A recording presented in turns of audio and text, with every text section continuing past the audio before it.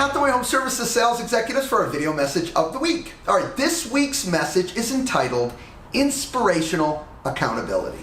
Now, many times when we hear the concept of accountability, we may not like it very much. But my goal for you today, I have 3 tips for you, and afterwards, I hope you'll not only like it a little bit more, but certainly understand the benefits of accountability. All right, let's jump right in. Now we're talking about inspirational accountability. So how do we use accountability, but really have us be excited or more excited about it? All right, tip number 1, it starts with our personal attitude. You have to really think about inviting accountability into your world. Look, I don't care what anyone does, if you honestly say to yourself, I do not want to be held accountable, I don't like what that means, I promise you, it will be like oil and water. But if you start with the right attitude and say, look, I want to achieve my goals, I really do. And so if someone holding me accountable will get me there and get me to achieve what I want to achieve and what I'm willing to work for, well, guess what? That's a beautiful thing. So that first step of accepting, all right, and really inviting in accountability is step number 1. Step number 2, and this is the step that I think gets missed quite often, and that is, if accountability is going to work, and certainly if it's going to inspire you, it's got to be about what's important to you. You know, we hear this concept about our why, okay? Why do we do what we do? What are we really trying to accomplish? And some tips around this accomplishment and this why is this. 1, it truly has to be big enough and meaningful to you. See, if it's not big enough or meaningful, people ask you, so what are your goals? Yeah, you answer the question, you put down some goals, but guess what? They're really not that important to you. You really haven't internalized it. You don't have that fire in your belly to achieve. That's a problem. Your why, your achievement has to be owned by you.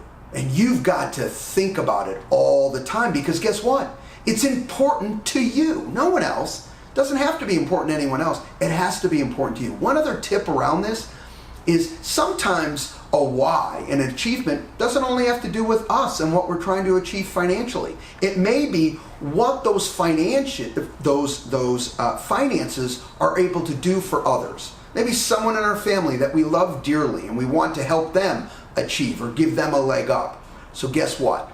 We get clear on what we need to accomplish to achieve for that other person, and that's our driving force. Whatever that why is, it just needs to be big enough, powerful enough, and very important to you for it to work. Otherwise, it's just this, you're answering a question about a goal, but it really never ends up being effective for you.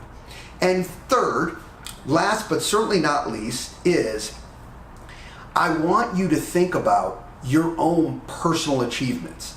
So, for example, when we talk about inspiration, you know, it's about the journey and not only about that event, okay, the final. So I want you to see how you can give yourself, for lack of a better way to say it, those pats on the back as you go.